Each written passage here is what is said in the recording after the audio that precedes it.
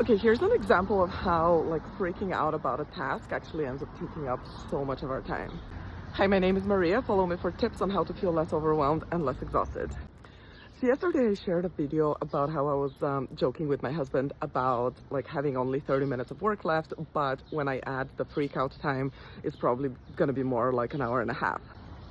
So while that was obviously intended as a joke, there's a ton of truth in it, and I want to give you a specific example of what I mean by that. So the task that I was working on yesterday was finalizing some content around my 3 Ps of exhaustion videos. And this is very meta because literally as I'm writing content about the 3 Ps, I'm experiencing every one of them. So for those of you who are not familiar, the 3 Ps of exhaustion are people pleasing, perfectionism, and procrastination. And they really seep into our work and waste so much of our time. And I already have content written about my videos on this. All I had to do was just edit it, finalize it, and put it into a graphic to post. So in the absence of any of my thoughts, that literally would have taken no more than 30 minutes. But then I sit down to do it, and the first thing that comes up as I start editing the first post is okay, I don't think I said this well enough. I don't think I'm conveying the message well enough. I don't think anybody is actually gonna click with this or understand it. So then I start changing the wording and start editing stuff that I had already edited earlier in the week, and I thought it was pretty good earlier in the week, but now I'm getting in my head about what would people think when they see this.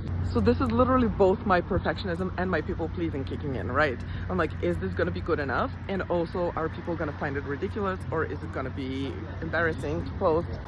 And then of course, as usually happens, there comes a point where all of these thoughts become too strong, and I'm this is overwhelming. I'm gonna open up my phone and start scrolling for a bit just to cope with these feelings for a second.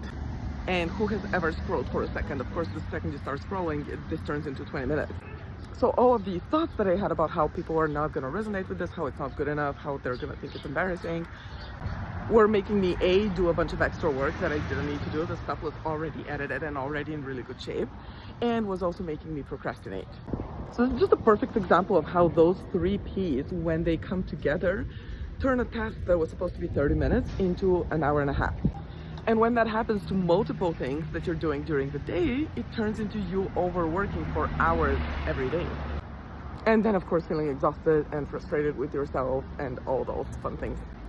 So eventually I was okay, I'm gonna need to apply some of my own tools here if I want to get the stuff done and spend my evening in a fun way, not just sitting in front of the computer pretending like I'm working but not really working.